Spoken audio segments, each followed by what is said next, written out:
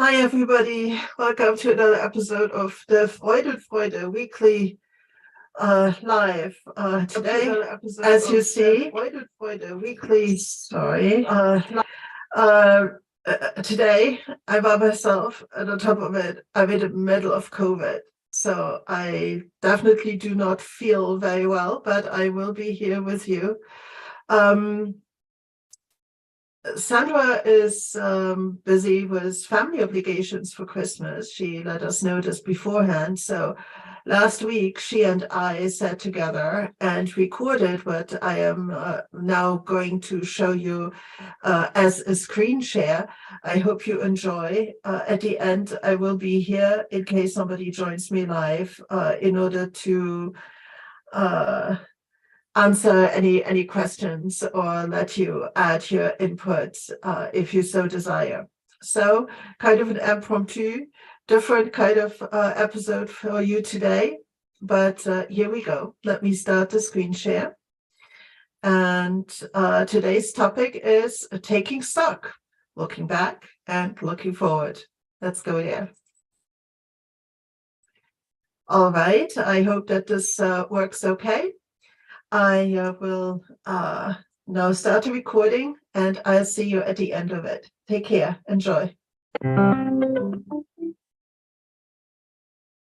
Hi, everybody. Welcome to another episode of FreudenFreude. I'm Claudia and Sandra Corona.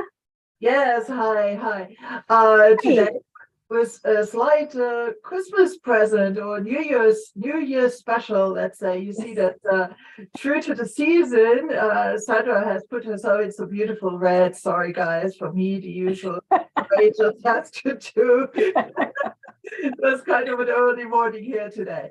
So today we are going to talk about taking stock and the whole looking back and looking forward kind of thing that has to be going on. Decide on these topics together, but Sandra, what attracted you to the topic? Wow. Okay. So, I think for a lot of us, this year was like a rebirth, right? We went back to work. Some people had the opportunity to work from home, then change it to going back to the office. Places reopened, life restarted. And then unfortunately, there's a war going on, and there's so many things happening right now in the world that it just kind of seemed right now to talk about what is important to us this year, how we are thankful, and how to move forward so that we can avoid making the same, let's say, repeating the same situations that we want to avoid in the future.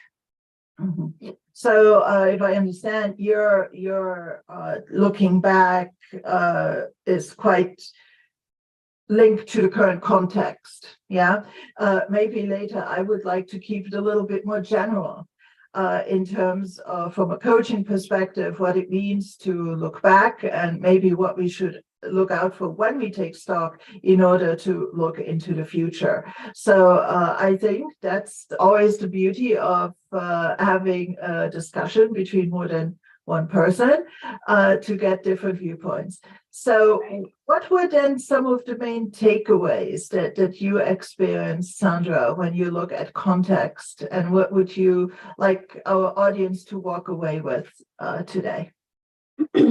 So I would like for people to do a little bit of self-reflection, right? Look into their behaviors, look into their moods, look into the changes that they've experienced, and then try to learn from those experiences, but at the same time, not be stuck on those experiences, right? It's the purpose of taking stock is to be grateful. It's to analyze what was going on in your life at that time, what could have been done, then also not so much obsess over what you could have said, should have said, would have done. There's no coulda, shoulda, woulda. There's nothing like that. It's this is what happened, and this is what I will do moving forward. Right. Yeah. So that's what I'm hoping for people to take away from today. Yeah, and that actually very well said. No coulda, shouldas, hindsight, people, don't make your life miserable. I'm sure most of us do the best we can at the moment with the information we are given. So nobody purposefully sets out to fail unless there's some self-sabotage going on. And that's a whole other topic. Okay. You mentioned the word gratitude, and that actually touches for me on something very fundamental. When you sit here today, be grateful that you're here today. And the fact that you are means that you somehow got through that thing that happened. The COVID that happened, maybe loss of a job, or even worse, loss of a loved one, or you're getting older. There's so many things that are just happening, but you're here today. And the fact that you got through it means that you had coping mechanisms in place and that you deployed some strength with an S behind strength to make it through and to bounce back. And it is those actually that I would love for you to go find when you do the self-reflection, rather than reliving a negative state that because you were somehow traumatized or it wasn't much fun or stuff were really not good. Try to figure out what positive traits of yourself, what behaviors, what constructive kind of things you deployed in order to make it through. Yeah. And so when you look at this from a finding my strengths and becoming aware of how strong I am point of view. Because if you take this strength orientation together with the gratitude in the present moment, your whole state is going to change as you then try to dream up and plan for and realize your future. Yeah, rather than coming from this negative, depressed, traumatized kind of state. Yeah. So be a detective for the good stuff. Be a detective. That's true. Yep. I think I also wanted to give a little bit of information to the neurodiversity community that for some of us, unfortunately, looking back is hard. We don't have much of the long-term awareness of what happened and how we can learn from that. And it's due to impulsivity. But then again, we're all impulsive. Some just have better control than others. And this is the part where I would like to invite the neurodiversity community to keep stock, like the name of the show, keep stock of writing, what happened, what was going on through your head, what did you feel that was not understood, what could have been, in this case, for us, neurodiversity, yes, it could have been, could I have managed it better, in this case, right? Because we do need to do that reflection. There is that. The coulda, shoulda, woulda that I was talking about is, I could have said this, or I should have done this. It's what you did and what you can do better next time, right? And I would like to invite the neurodiversity community to do a journal That is very important in order for us to move forward, because unfortunately we keep a little bit stuck in the past. And that's the one thing that doesn't help us to move forward. We're constantly thinking about the things that we did wrong. You're here, like Claudia was saying, and it's proof that you survived, that you did something better, or that you tried to do something better. And that's what I want people to keep that in mind, because our emotions, our behaviors, our moods, and everything else has a lot to do with how we respond. And how you respond has to be better next time, the self-control part. So just keep that in mind. Oh, thankfully, we have the tools. We're whole, we are complete, we are naturally creative. And so please just do some journaling this year and try and see how you can improve. You will see it, you will notice it. Thank you, Claudia. No, I think this is great. And just this tendency to ruminate, I think even neurotypical people can get really stuck in that. And literally it is a place where you get stuck. It's like a spiral. Once you're in this negative mindset and you're in this self-blaming mindset, sometimes it does take a coach or therapy to get you out of it. I mean, it can be to that extent. The thing is, I want to amend what I said a little while ago, that we shouldn't do the coulda, shoulda. Actually, it isn't really like that. I think we should maybe think about, I could have responded maybe differently. Next time, if something similar happens, maybe it would be better not to get upset, and maybe it would be good to be more level-headed, or not get engaged in this fight, or be more relaxed, because my environment is going to resettle into a more normal state. So I think that sometimes looking at how I could have behaved or reacted differently might be beneficial, but I want to do it with a sense of a little bit of detachment. Yeah, like it's somebody else's story. What I would like to avoid is that people will reassociate with this feeling and the state of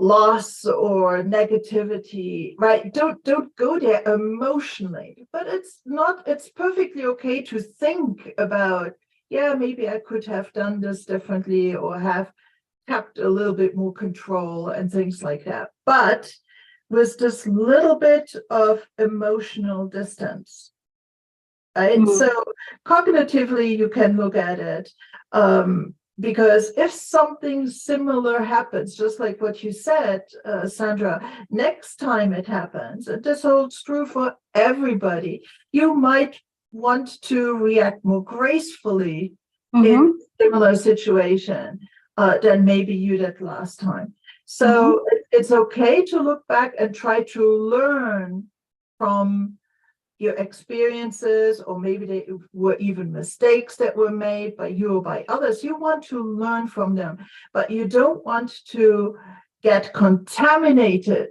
again by that negative emotional state. Because we want we don't want to repeat the same patterns that might have been suboptimal in the future. We want to move ahead.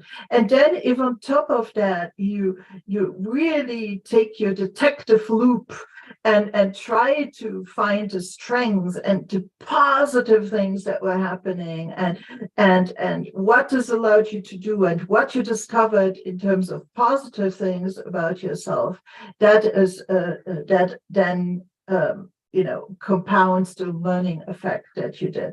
But no blaming yourself, no shaming yourself. Okay. I think that is the most important thing. Just accepting it for what it is. One of my favorite sayings actually is, it is what it is, and we do what we can with what we have and know.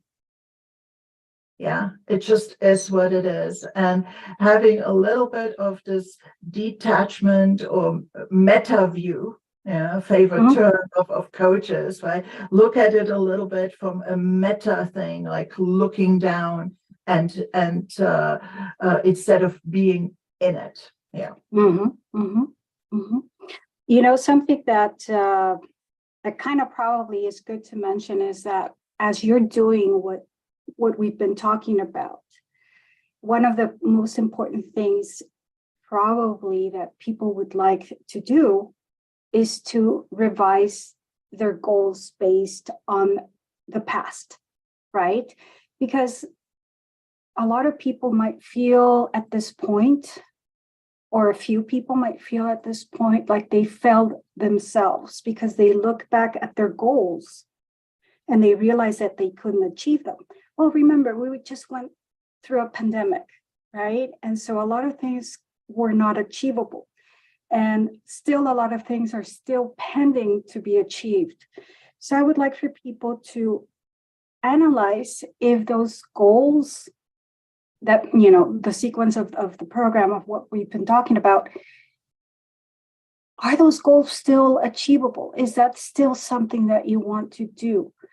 Do it a little bit more self-aware of what impulsivity can do for you, right? So that the whole purpose is to be better. That's the whole purpose.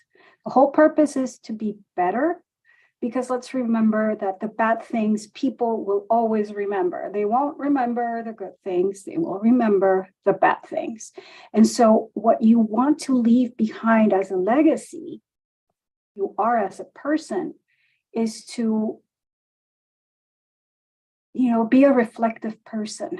Give yourself the opportunity to be better. And if something is too difficult for you, reach out to a coach, reach out to a psychologist, psychiatrist, whatever works best for you. But Claudia said it herself, there's patterns that we fall into. Some patterns, you probably have not realized that you do them over and over and over, which gives you the same result every year. No matter what you try, no matter what goals you set, some of those patterns are still part of your goals. So maybe a little bit, that's why I was saying a little bit of reflection of your goals will help you to recognize those patterns that you're doing, to say, oh, I had not realized I was doing this, right? And then you might be able to do it more according to who you are as a person right now and who you want to be or who you're meant to be. So it gives you opportunity to see that person that you can be versus, oh, it is what it is. I'm not going to change. Things are like this. No, it's self-reflection. Yeah. What do you think? Oh, absolutely. I mean, you touched on two things here that I want to reiterate just because they're so important. The first one is goals are flexible and goals change as we change. I really do believe that. It's perfectly all right to change your mind, which doesn't mean giving up. Exactly.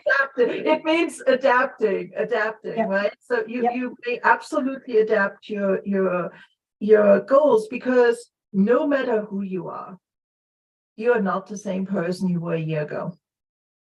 Okay, your context has changed. Maybe you have come to a realization or two, hopefully, as we keep growing. And so your goals need to reflect that, or may reflect that, right? Yep. Just because you put a 10-year plan in place 5 years ago, based on certain assumptions, which are always obviously part of this whole goal setting thing, we are allowed to change them. And actually you're encouraged encouraged to take a critical look at your goals as time progresses. Most might stay exactly the same. Your overall direction and life vision might absolutely stay the same, but maybe some specifics are going to change, and that's fine. The other thing that you mentioned, which I think bears repeating, is this whole bias of negativity. Okay. As human beings, this is just how everybody's mind works, because we are human, is that we do indeed remember the negative much more strongly. The same way that we are much more acutely aware of the negative parts of a situation as we are of the positive parts, which in my personal philosophy are there. I really think that there's a balance of the good with the bad. I really believe in this law of conservation of goodness. I really do believe in it as a coach and as a person. Except that the negative stuff you get for free. Oh, it's served up on a silver platter, versus the silver linings, the positive things, the maybe even enjoyable things, the learning opportunities. All those things require conscious effort to dig up. They're there. They're there to be found. But unless you make a conscious effort to look for them, they will go undetected. And this has actually an evolutionary, it's an evolutionary remnant, because as we were still, a primitive 2 million years ago or whatever, it was so much more important that you were aware of the tiger in the bushes than you were at the flowers in the bushes. Yeah, the pretty flowers were there. There was maybe fruit hanging off a bush, positive things, but they were all so not important if the tiger was growling at you, or the tiger could be growling at you. Okay, so in today's world, unfortunately, in our very, very different context of living in a modern society, it still works the same way. So unless you self-reflect with a strengths-based approach and with a little bit of I don't really want to say self-love, but self-acceptance, and just this little bit of just acceptance for what is, without judgment. Non-judgment is the word, non-judgment. You will then be able to see not only the negative things and the unenjoyable and uncomfortable things, but you're also going to find the positive aspects of it. Yeah, and so this bias of negativity is very real. It's not a theory. It is something very, very real. When we experience something, we experience the negatives more strongly. And on top of it, we remember it more. Yeah. So the good thing is that we can take some level of control to mitigate that by actively looking for the also present positive aspects of it. Right. I agree with you.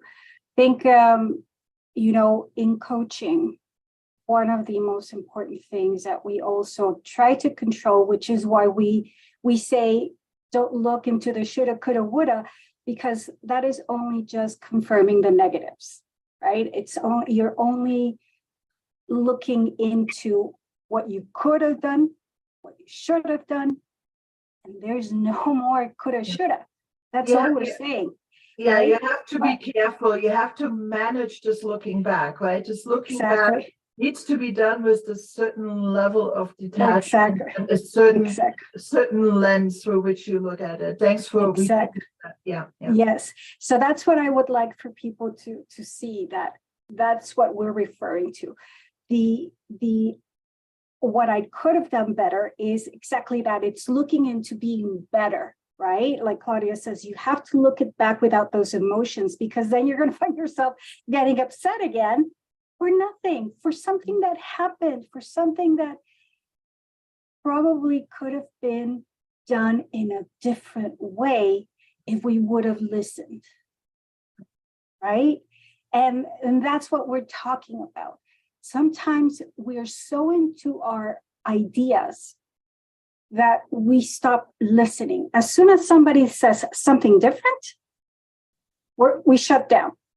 And that's when the problems start, because we no longer listen to the person. We're no longer thinking on our feet. We're now thinking on suppositions, on things that we have no basis on other than what we believe, on external beliefs, right? Because that's really what some beliefs come from. Not all of them. Some of them come from our micro society that we're coming from, right? Our family, our friends, and this and that. But most of the times, social events and all of these events that are going on around the world are just opinions. They're just opinions. They're just people talking. And what I would like to invite people for this year is to grab a piece of paper and write down the names of 3 or 5 people that you admire the most. Those names of those 3 to 5 people that you admire the most, that you actually have interaction with, that actually are champions of your successes, that actually give you an idea or give you information so that you can have responsibility, accountability towards your actions, that you feel that they're giving into your growth. Those are the people that I'm talking about. I'm not talking about your desk buddy or people that you just like. No, these are people that are helping you be better, because these are the people whose opinions and ideas and comments you value. Other people around you are not going to have and should not have the same value. What is this purpose for? This is for you to be in control of your emotions, rather than to give yourself into other people. Because we were talking about this probably about, 3-5 episodes ago, when we were talking about when you don't have control over your future and you don't know where you're going, what direction you're going to, you normally give in to other people telling you what to do.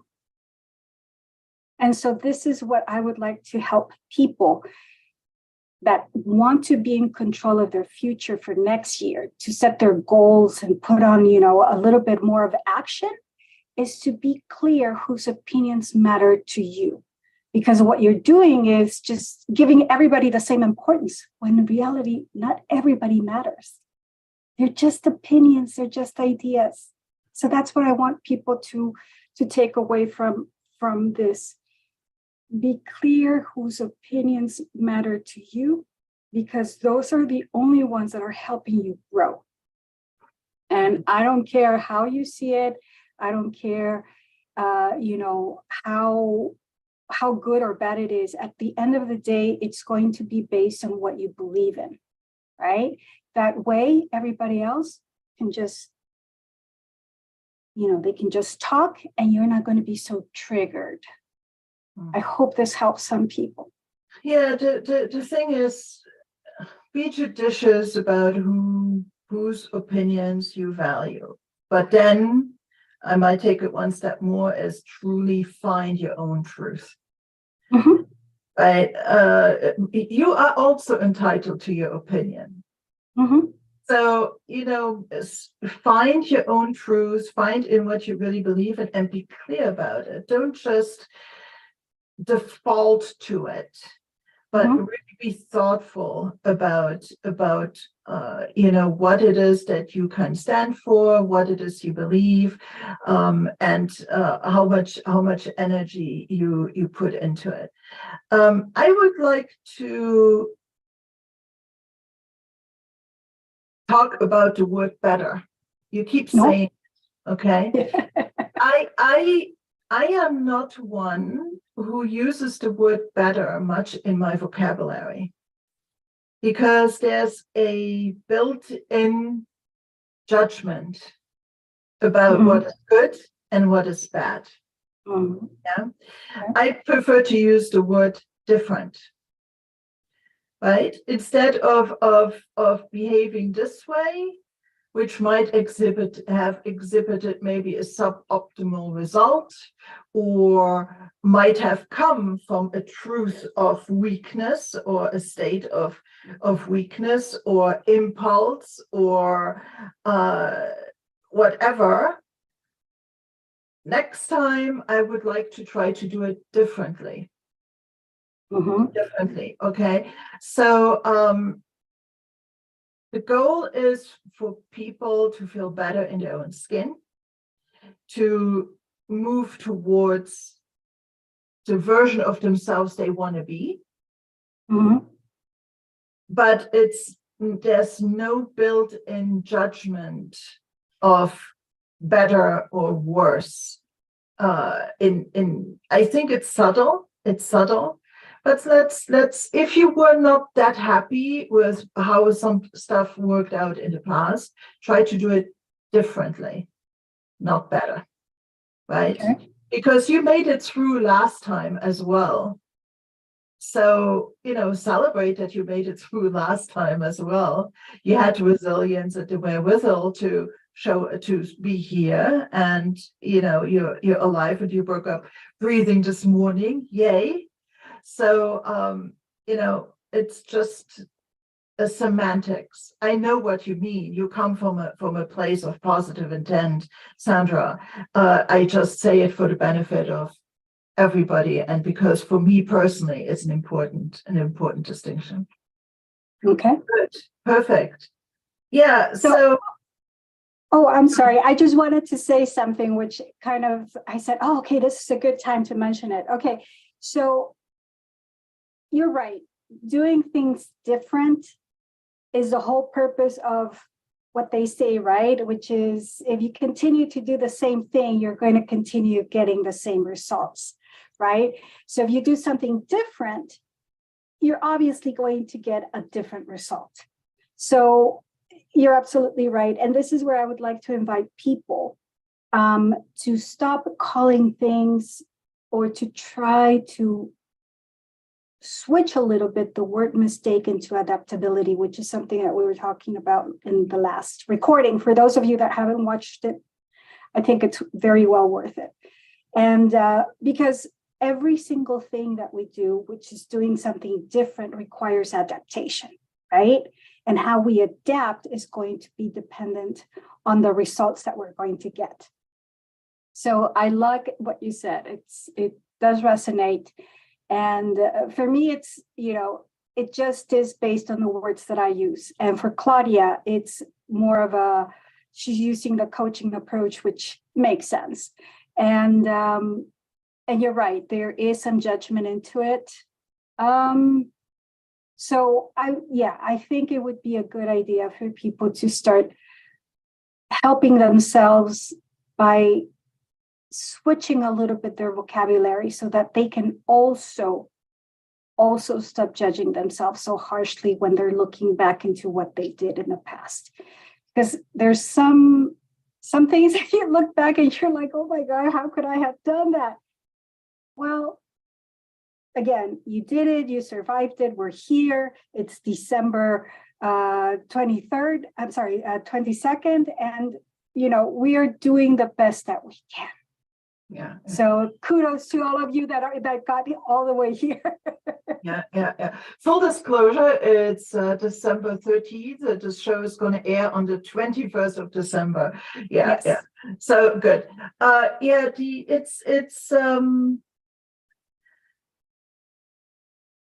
it's interesting because we do this looking back in order to look forward. Mm-hmm. Yeah. One of the reasons why I'm a coach rather than a psychotherapist, because I really, it's aligned with the person that I am to be in the here and look into the future, rather than constantly rehash the past and going there again and again. And yeah, so it's to affect a positive change. Right. And this for me is it transcends individual coaching or how I interact in my everyday. I do it with teams. You can do appreciative inquiry with whole organizations, which is, yeah, let's take our best stories as we look back, our highlights of our life, because that's another part. We have the tendency when we look back of looking at the negative things, the things we could have done differently. But why don't we go and look, as we look back, and look at the highlights, the things we really did well, the things where we excelled, our best moments in family, as a leader, in an organization, just where we were strong and powerful and so in tune with our beliefs and who we are and what we stand for. And then take that and amplify it even more and project it into the future. We said earlier to try to be the strength detective. Now that you're aware on these strengths, how can you leverage them? How can you grow them, expand them, and how can you use them the most effectively as you start building your future? That doesn't mean that we are not going to try to maybe work on our weaknesses and try to improve on them a little bit, but it shouldn't necessarily be the focus. When we build a future, we do not necessarily ask ourselves, what are we moving away from? But we're asking ourselves, what are we moving towards? Do you see the difference? We kind of decouple our desirable future from the constraints of the problems of the past and the now. Yeah, it can be kind of this really strength-based, positive place to be. And then later on with planning, we talked about it. We try to figure out how to get there. Yeah, and we ask about things about achievability and things like that. But a priori, the dream should be that. It should be a positive, strength-fueled vision of where we want to be. Because as we have looked back, we have gotten evidence for our strength. It's there. Look for it. It's there. And, sometimes it's a good exercise actually to sit down as you self-reflect like that and try to make a list of your strengths. And do not stop until you have 5 or 10 strengths that you have identified. There's some online assessments, and some of them are free, like the VIA one or something like that, Strengths Finder type assessments that are free online that can sometimes tell you where your strengths lie based on these assessments. Of course, your own experience and your own anecdotes and proofs should carry a lot of weight. But if you want to start, try to take assessments like that and then ask yourself, is what these assessments suggest how I feel? And do I have anecdotes that kind of corroborate those strengths that they say that I'm supposedly having? So very interesting exercises. And so the future, as we look forward now, should really be big. It should really be what we want our future to be, and try to minimize the impact of our current circumstance.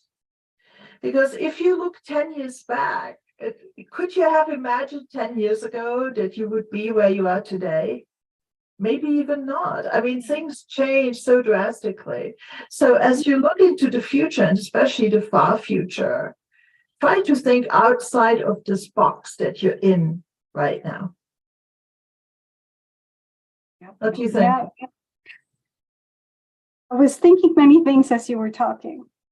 And I remember that before I had full knowledge of who I was and how I behave and how I react and all of these things that we're talking about right now, you know, I remember how I would journal and talking about, telling people to journal. I remember that one of the things that we do is to journal, but we always journal into the negative. And I would like for people to see that sometimes the language that we use, again, going back to that, and being positive helps into preparing yourself for a better or for a different outcome. And so I'm just thinking, how I would judge myself, because that's another thing, right? We judge ourselves so harshly. We're so strong with our language towards ourselves. And so this is where we have to remember that how you treat yourself is probably the way that you treat others. And so be kinder to yourself, be more aware that you're a human being that makes mistakes, that you are trying to do things differently. And that, yes, there's going to be times where you're going to be triggered, but what matters is how you react at that moment.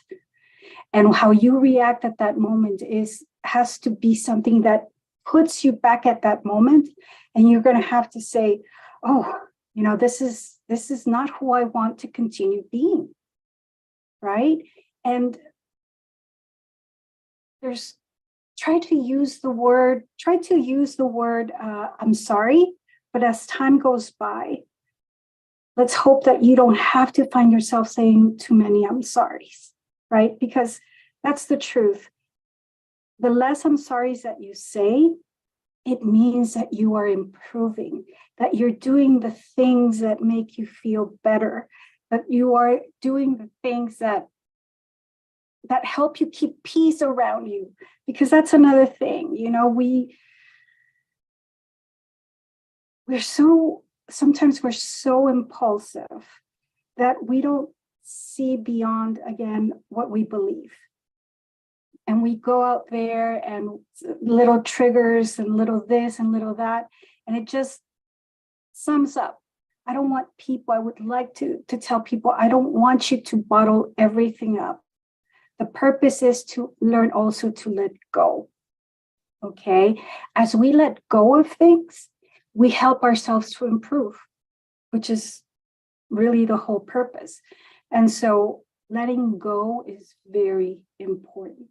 We have to just say, okay, I'm not going to keep this because it's not worth it. Just think about it. Think about what happened. Think about what you were feeling at that moment and what was the outrage. Was it because you didn't say what you wanted? You were expecting the person to guess what you needed? Or were you not listening? There's so much involved in listening that we miss so much when we're not listening. Mm-hmm. We start thinking, but they didn't say anything. And then the people around you say, yes, they did, but you stopped listening. And so the words that you're looking for to keep yourself sane this coming year, 2023, it's incredible. The things that are going to keep you sane this 2023 is to listen more, talk less, help yourself, like really bite your lip that's how I started. Just bite your lip, because you just want to listen to understand people. And at the same time, understand yourself, how you're thinking, how you're processing information, and how you're processing those emotions. The moment you might feel a little bit triggered, but then you're going to be like, oh, okay, that's right. And you're going to start relaxing, start thinking more, and you're going to start analyzing. And then the thought process just kicks in automatically, and you start realizing that it wasn't for all that to happen. It wasn't meant for all that to happen. And you start behaving differently. It just makes you feel happier and less stressed, which is a whole purpose also at the end of our day, right? To be happy, to be with our family wholeheartedly in the moment. So that's what I have to say. Yeah, a lot of powerful points in there. I really want to stress again this concept of self-acceptance, like when we look back, to look at it with a stance of self-forgiveness, because it's just maybe a more emotional way of approaching this idea of mine I pointed out earlier, of having a little bit more of that emotional detachment, right? That we look at things maybe a little bit cooler headed, and was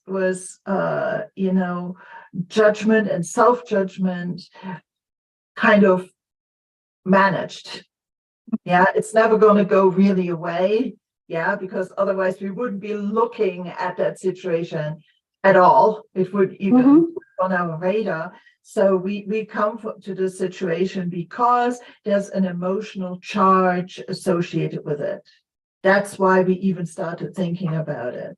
But just like we can dial up or dial down the heat on a stove, we can try to dial down the impact that it has on us, so that it becomes just a learning opportunity and growth opportunity. The other thing is what you said about the listening. I think that it transcends all systems of our life. You can be an executive in a big company, and I think making it a good goal to listen, and not just letting other people speak, but listening with an intent of understanding is not a bad leadership trait to have. If listen to your friends, listen to your family, listen to your peers at work, listen to your teams if you're a leader, listen to the general feeling of what's happening in an organization or a collective. Listen, and then based on more data than your preconceived notions, decide how you want to act. Because if we don't listen and we don't open up our understanding of the world to more than our own assumptions and preconceived prejudices and all these kind of cultural imperatives that were embedded into us from a very young age, if that's all we see, it's like we have blinders on. And truly reaching out to valued people, again, also to what you said earlier, be judicious whose opinion you value, but also go across the board, because if you only ask people who are like you, you're likely to get answers that are similar to yours. So sometimes, even if it might be hard, or even if it might be uncomfortable, seeking out somebody who is cognitively very diverse from you get their opinion and their viewpoint and their advice, maybe even, is a very adult, mature thing to do. Yeah. So listening is very, very powerful. So, and actually, I think that one of the words for myself for next year is going to be intentional. Intentional, yeah. So it's not always just about saying no. It's also it's not always about saying yes, but and kind of diluting yourself. But it's also about very judiciously saying no, in order to stay more intentional on the things that truly matter. And it's also even another way of mitigating this reacting versus responding kind of thing on a larger scale.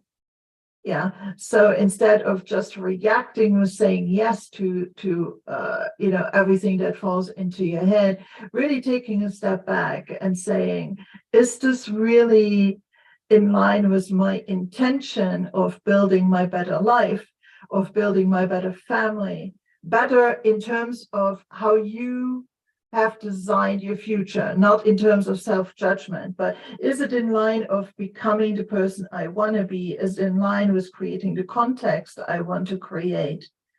And, taking this moment to reflect before you say yes and no, setting this intention. So that's maybe one of the last things I want to give on the give our audience here as they go on in their day. As you looking back to look forward and keeping your intentions omnipresent, keep it a part of one of these slots that we have consciously in our heads. Always like, is this in service of the life I want to build? Yeah. I would like to also close my comments by asking people to do an evaluation also about their values and beliefs. I would like for people to live in their values, to respect those values and set those boundaries very straight. Do not compromise for anybody. Do not give up your beliefs or your values just because it doesn't serve somebody else. And I'm talking about when somebody feels uncomfortable with your values, when somebody feels uncomfortable with your beliefs. If it's for making change, then yes, then it would be a good thing to analyze and say, maybe my current values, current beliefs are not serving me anymore. Let's revise them and see how we can do this differently. That is the whole purpose of what I'm saying, not because somebody that thinks that they have control over you or power over you, it doesn't serve them. So be careful with that. Don't give in. Stay and live within those values that you have. And because here's the thing, when we have values and beliefs very well established, you can act in auto mode and you will barely ever question your behaviors. You will barely ever fall into, oh my God, what did I do wrong? Or constantly questioning yourself of what you did. That's what I want for people to stop living in regret. So analyze those. Don't fall into anybody else's just because they say, well, this is what you should do, doesn't mean that you should do them. Do that, please, please, please, because a lot of people do have values and beliefs, but they're so automatic that they don't realize it, that they're doing them. So extract them, put them out there, and see if this is something that you still want to continue to do. Hopefully, it helps people so that they can adapt better and they can, do things differently, like that's, like that is what they want to do. If this helps you, we would like to hear more about what you believe we probably missed. And hopefully what I've said today, what Claudia has said today, speaks to you. Yeah. And thank you, Sandra. And what Sandra suggests here is hard. It is hard work. So maybe if you find that you are having trouble figuring it all out by yourself, consider working with a coach. That's what we do. That's what we do. So help is available out there. There are alternatives to psychotherapy. And if what we talk about here resonates, that is kind of some of the approaches that we do take with our clients in coaching. Building a desirable future, having a strengths-based orientation, trying to mitigate the effects of the bias of negativity. We touched on so many things today. Okay, you are not alone. There is possibilities out there to get help. And if you have any questions or concerns, always reach out. We are available. That being said, we're going to close here today. If you like what you hear, please support our channel and subscribe, like, comment. Any kind of engagement would be much appreciated. Hit that notification bell so you hear when we are on again. We plan on being with you every Wednesday at 6 p.m. Central European Time. So thanks so much, and we'll talk to you soon. Thank you, Sandra. Thank you, Claudia. Thank you, everybody. Okay. Merry Christmas. Happy New Year. Happy New Year. Bye-bye.